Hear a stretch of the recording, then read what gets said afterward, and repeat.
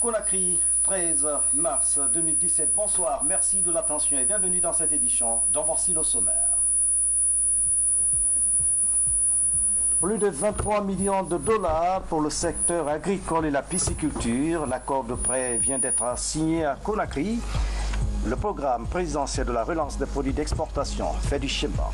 La Dame de Mali attire et déplace des foules. Néné Fouta est l'une des beautés guinéennes aux diverses interprétations. Un véritable don de la nature.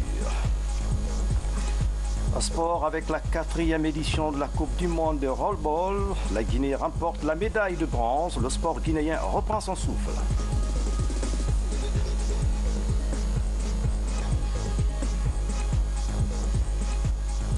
Encore une fois, bonsoir, merci de l'attention. Le président de la République, professeur Alpha Condé, depuis ce matin, à Addis Abeba, en Éthiopie. Professeur Alpha Condé, président en exercice de l'Union africaine, doit y présider la cérémonie de passation de service entre le bureau sortant et entrant de la Commission de l'Union africaine. Sanassi Keita, envoyé spécial.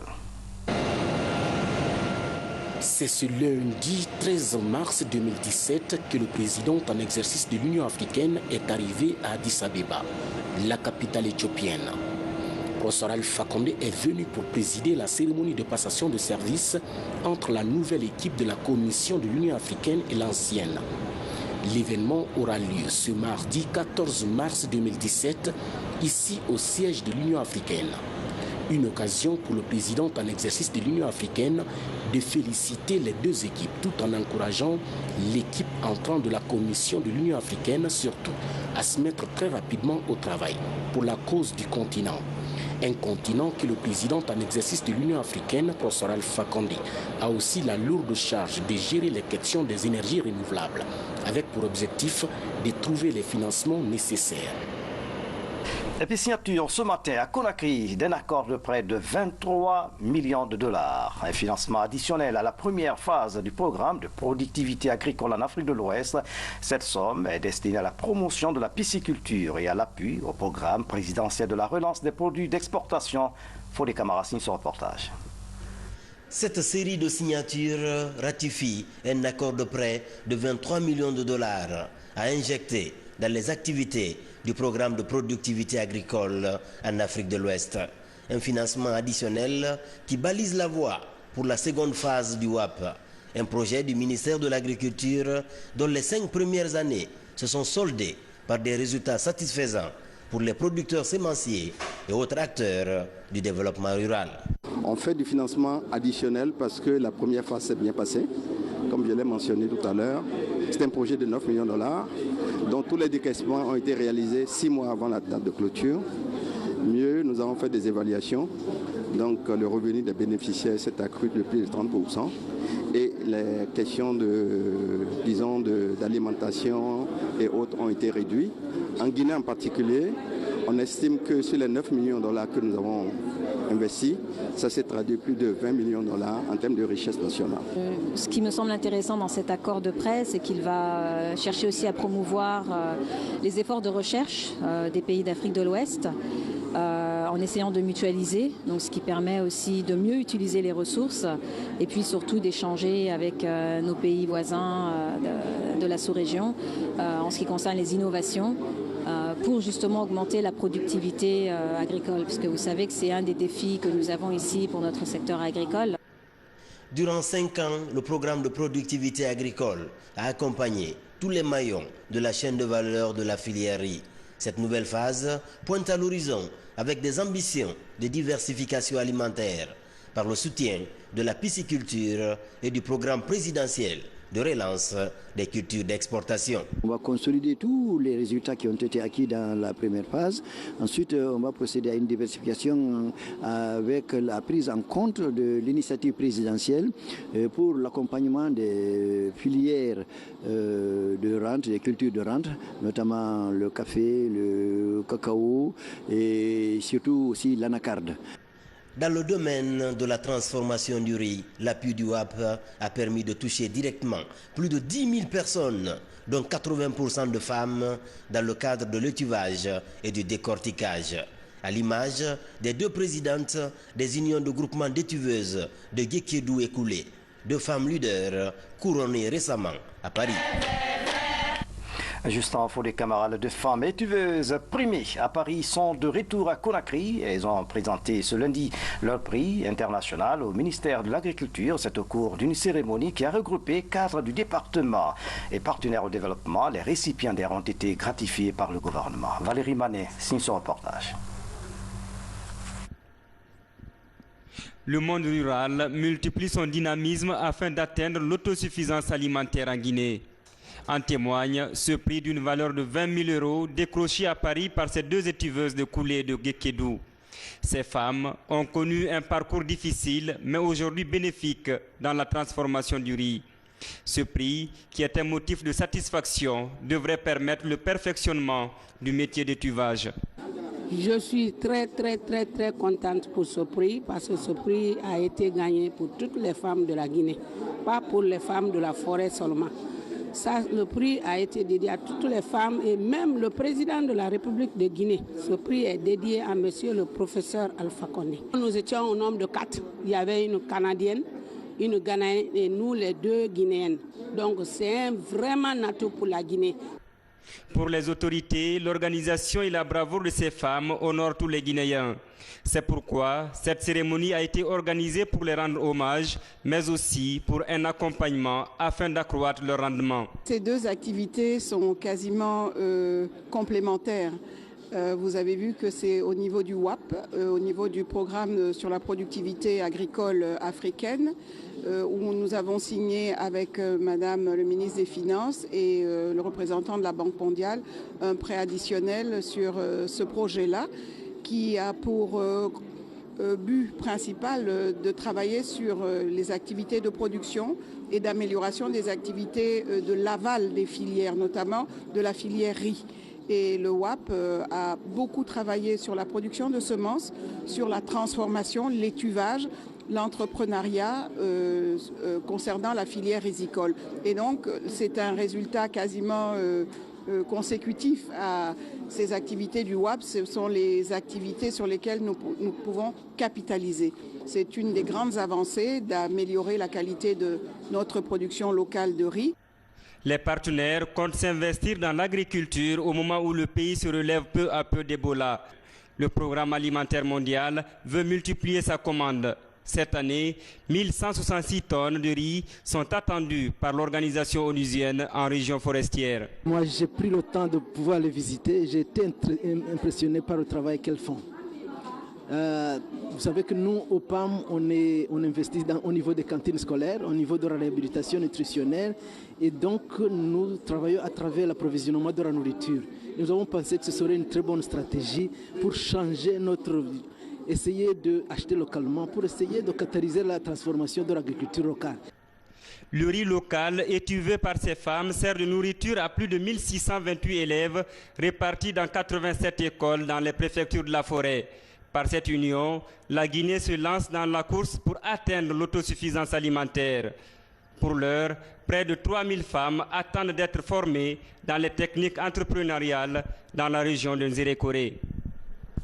Dans l'actualité encore, bientôt une table ronde du secteur privé. Le gouvernement et l'Organisation des Nations Unies pour le développement travaillent à la mise en œuvre de ce programme. Ce matin, une rencontre a eu lieu dans ce sens entre les cadres du ministère de l'Industrie et le représentant pays de l'ONUDI, Habib Thiam. Fait le point. L'entretien se veut modeste, mais il est porteur d'une grande promesse de l'ONUDI. À travers son programme pays, l'institution entend tenir le pari de l'organisation de la prochaine table ronde des donateurs pour l'industrialisation et le développement du secteur privé guinéen. Cette visite annonce l'adoption très prochaine de ce programme pays et la mobilisation de tous les partenaires techniques et financiers pour sa mise en œuvre, qui est un élément important de la réduction de la pauvreté et du développement économique et social aujourd'hui, au cœur duquel il y a l'approche industrialisation inclusive et durable. Notre rôle et notre mandat d'industrialisation inclusive et durable se fondent justement sur ça et sur plusieurs approches qui ont été déjà faites de par le passé. L'ONUDI est un des principaux acteurs de la nouvelle politique nationale d'industrialisation de la Guinée. Ainsi, le département de l'industrie s'est vu renforcé à travers la formation de ses cadres et un appui logistique, sans compter la prochaine table ronde des investisseurs. Je profite de l'opportunité qui m'est offerte pour remercier le directeur général de l'ONUDI, l'ensemble du personnel de l'ONUDI pour nous avoir offert des moyens logistiques et aussi d'être venus pour que nous finalisions tout le processus devant conduire à l'organisation de la table ronde des bailleurs de fonds. Nous devons accompagner le pays, en tout cas pour le financement du programme pays que nous allons adopter très bientôt. La coopération entre la Guinée et l'ONUDI devrait d'ailleurs connaître un nouvel essor grâce à ses deux compatriotes. L'un est le manager pays au siège de l'ONUDI à Vienne et l'autre est le nouveau représentant de l'institution en Guinée. Un ouf de soulagement pour les patients de la cataracte. J'allais dire, la première dame de la République, à travers sa fondation Prosmi, en collaboration avec Coca-Cola, vient de lancer une campagne d'intervention chirurgicale gratuite en faveur des malades. Ce geste de la première dame soulage les malades vivant avec la cataracte oculaire. Le reportage de Ali Badara Kondi. Ils sont au total 300 patients à subir l'opération chirurgicale gratuite de la cataracte oculaire. Selon les médecins espagnols, cette opération dure 20 minutes au maximum. Un geste humanitaire de la première dame de la République, Adjedjene Kondé, à travers sa fondation Prosmi, en partenariat avec Coca-Cola et la fondation Barake. Ce vaste projet contribue à la réduction du taux de prévalence de la cataracte en Guinée. Nous sommes programmés aujourd'hui pour l'opération. Il y a certains qui sont rentrés dans le bloc. Nous nous attendons, on nous a dit de patienter. Il y en a qui ne voient pas. Ils pensent qu'ils sont aveugles complètement. Alors qu'ils n'ont ils ont une cataracte. La cataracte des deux yeux. Cette cataracte enlevée, ils voient comme s'ils n'ont jamais été aveugles.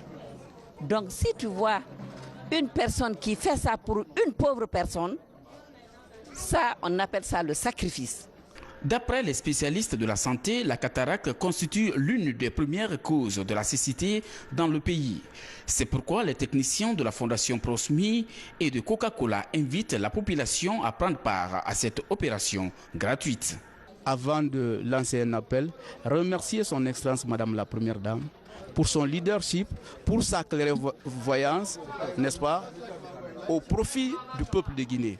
Parce que c'est la Première Dame qui nous donne les moyens nécessaires, les instructions nécessaires pour mener à bien cette campagne d'ophtalmologie au profit des malades démunis. En cette année 2017, la Bonagui, donc filiale de Equatorial Coca-Cola Bottling Company, va fêter ses 30 ans. Pour ces 30 ans, on a voulu marquer le coup dans le travail que nous faisons pour essayer de soutenir et de rendre un peu à la communauté dans laquelle nous opérons, leur apporter quelque chose de plutôt social. Et donc du coup, nous avons souhaité organiser une opération relativement forte qui va vraiment impacter la vie des gens. À ce jour, en Guinée, aucune enquête de prévalence basée sur la population générale n'a été réalisée. Toutefois, des données de sources hospitalières et des enquêtes réalisées par le programme ANCO-CERCOS montrent que plus de 100 000 personnes ont perdu la vue et environ 260 000 personnes souffrent de pertes substantielles de vision. L'atelier de validation de l'étude de financement des collectivités locales et du Fonds du développement local vient de se tenir ici à Conakry. La démarche vise à mettre en place un mécanisme de financement de la décentralisation. La rencontre a mobilisé tous les acteurs impliqués dans le processus de décentralisation en Guinée. C'est le ministre d'État, ministre secrétaire général à la présidence de la République, Nabi Youssouf Kiridi Bangoura, qui a présidé les travaux. Le premier symposium international des secrétaires et assistants francophones, anglophones et lusophones s'est ouvert ce lundi à Conakry. Elle regroupe des délégués venus de plusieurs pays du continent. Objectif, trouver des stratégies censées valoriser cette profession au sein de l'administration. Seydou Bangaï suit les travaux. Premier du genre en Guinée et deuxième en Afrique après celui organisé au Gabon en 2014, ce symposium international regroupe des secrétaires et assistants francophones, anglophones et lusophones, toutes réunies autour d'un thème central intitulé « Secrétaire assistant, quel rôle et responsabilité pour une meilleure efficacité des administrations publiques et parapubliques de l'Afrique ?» C'est une initiative de la Fondation Reprosgui, entendez réseau des professionnels du secrétariat en Guinée. Le symposium international des secrétaires attachés assistants de direction francophones, anglophones et lusophones comprenait tout simplement que c'est une réunion interculturelle qui nous permet de nous connecter aux autres associations sous-régionales, régionales et internationales. Cette Assemblée générale internationale des secrétaires et assistants est une manière de revaloriser la fonction du secrétariat à travers le monde. Les organisations se transforment à grande vitesse et il est donc important que chacune se sente concernée par ce grand mouvement fédérateur qui est non seulement en Guinée mais qui est planétaire.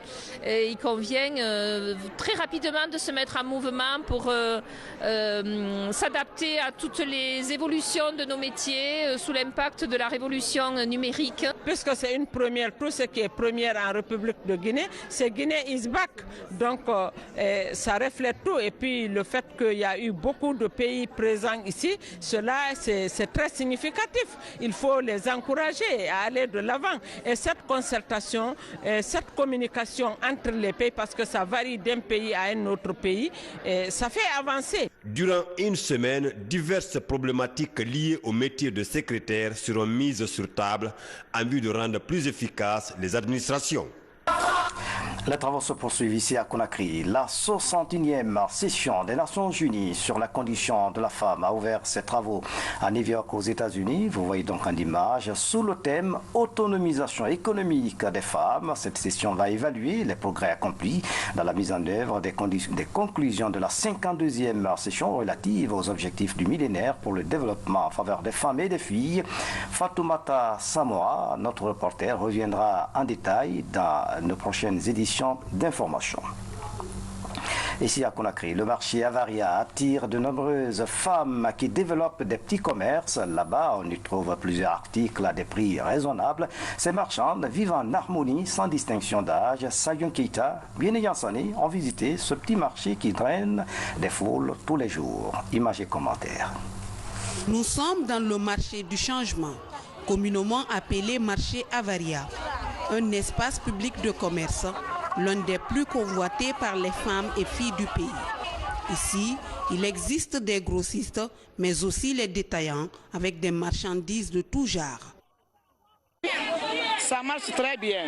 Nous sommes très contents. Je salue toutes les femmes guinéennes, je salue toutes les femmes africaines. On est là ici, nous sommes très d'accord avec les filles qui vendent les bodys. Moi, je vends les chaussures. On vend les petits pour ne pas s'asseoir à la maison. Il y a les enfants qui sont là-bas. Si ce marché Avaria est en majorité occupé par les femmes, celles-ci collaborent bien par contre avec le peu de jeunes hommes qui y travaillent également. Leur collaboration dans le commerce est bien appréciée. Nous vivons ici en harmonie avec les jeunes hommes. On s'entend très bien. Je profite de l'occasion pour souhaiter bonne fête à toutes les femmes du monde, les femmes guinéennes. Je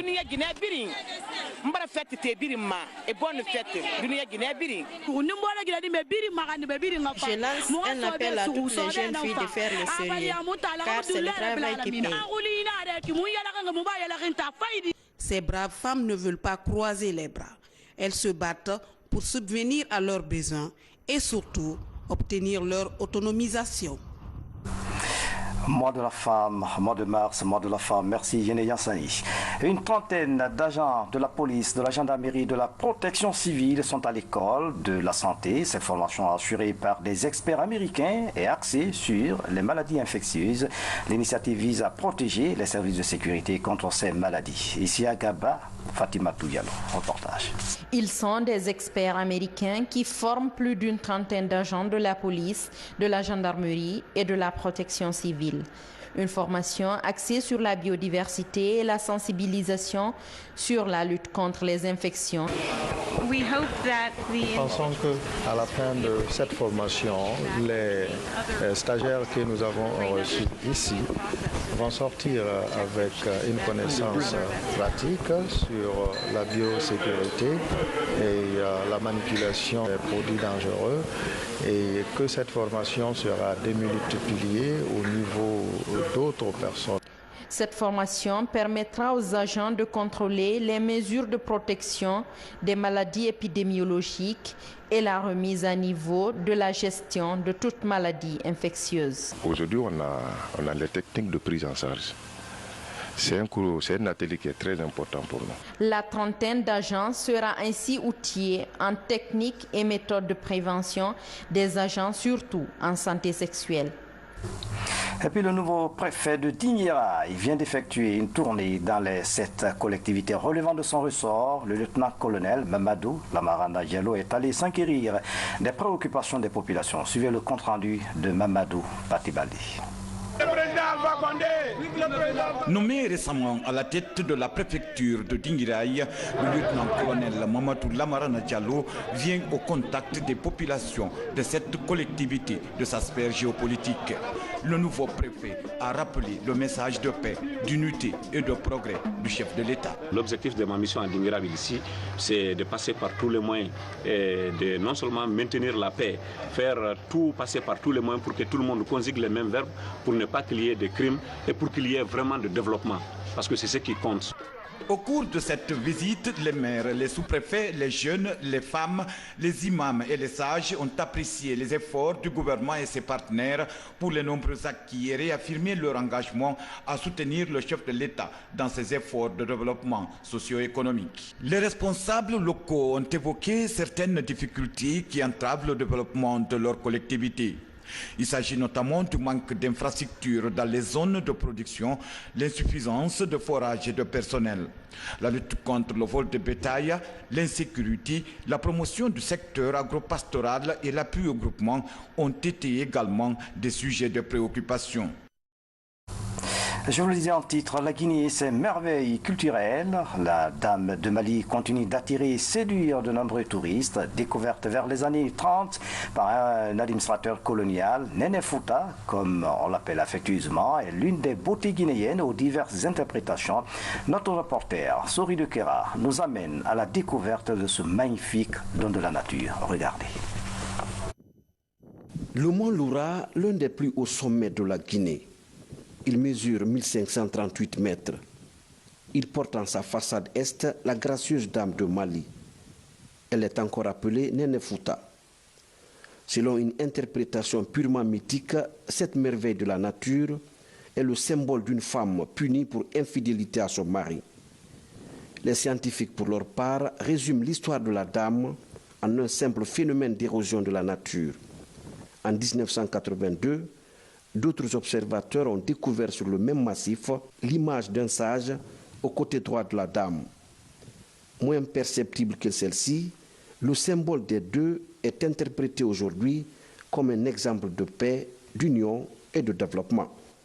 Les deux, et le sage et la Dame, font face à l'Est pour implorer la grâce divine, pour le bonheur de la préfecture de Mali, pour le bonheur de la région de la Baie, pour le bonheur de toute la Guinée, pour le bonheur de toute l'humanité. En dépit des multiples interprétations autour de la Dame de Mali, une seule réalité se dégage. Le site continue d'attirer plusieurs curieux, tant au plan national qu'international. On a eu ce plaisir d'aller voir une très belle dame, n'est-ce pas, qui est derrière moi, et qui nous donne l'opportunité de rendre compte des beautés de la Guinée.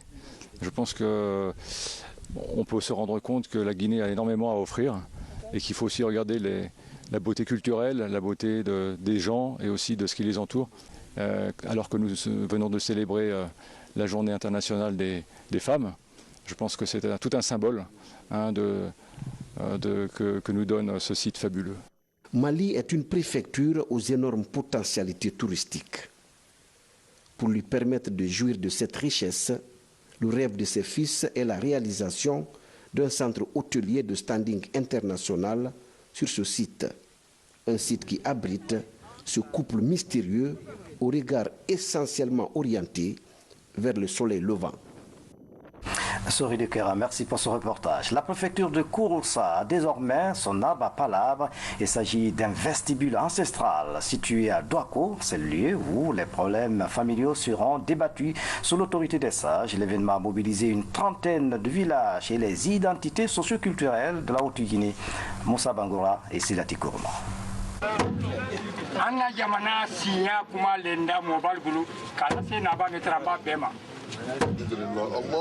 Ce son de la tabala annonce l'inauguration officielle du vestibule ancestral de la commune rurale de Douako, dans la préfecture de Kouroussa.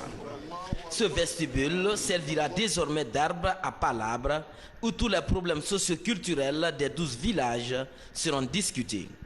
Le doyen Bala Kondé assure les responsabilités de Sotikemo du village fondé en 1712. Avant notre naissance, le Kouya est composé de 9 villages. Ces 9 villages se retrouvaient dans ce village où nous sommes, où nous avons décidé de construire ce vestibule.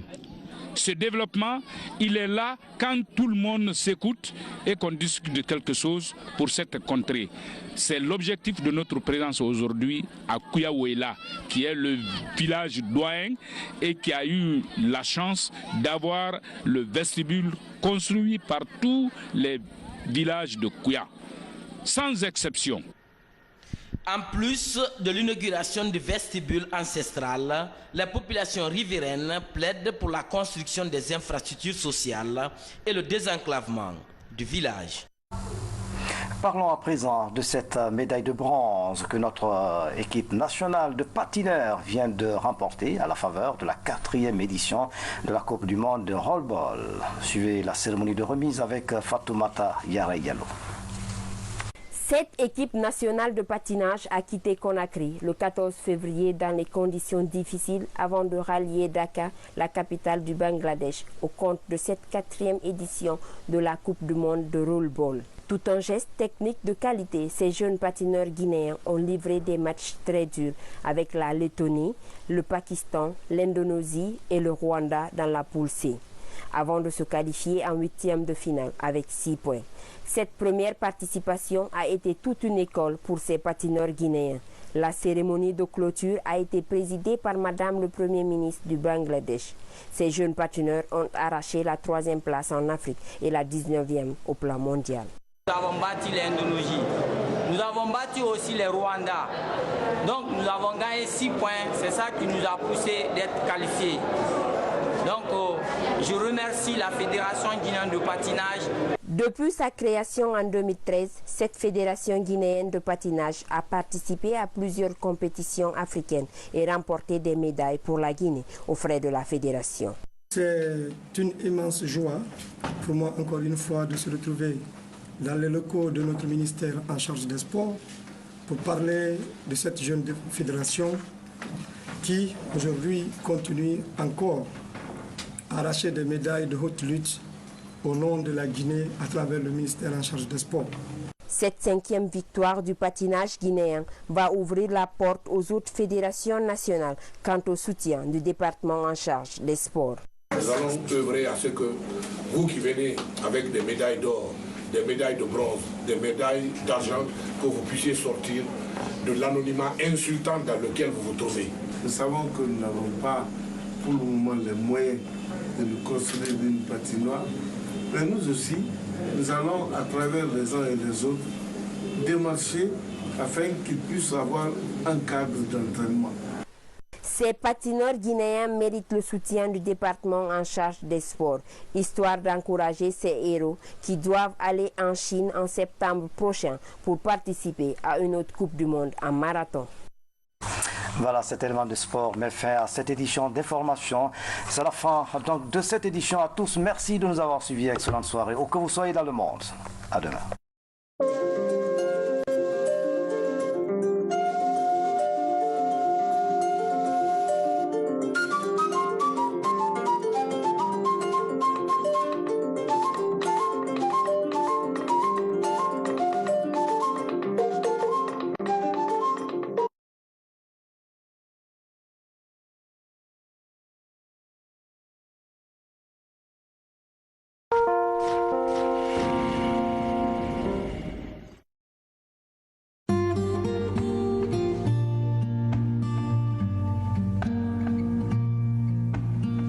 Fatou, P, y'a quoi?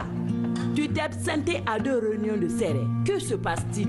Serakunti, je suis malade. Cette fois, mon bébé me fatigue. Êtes-vous allé à un centre de santé? Tu sais bien que les docteurs ne sont pas gentils. Alors, mon mari et moi, nous nous contentons des décoctions que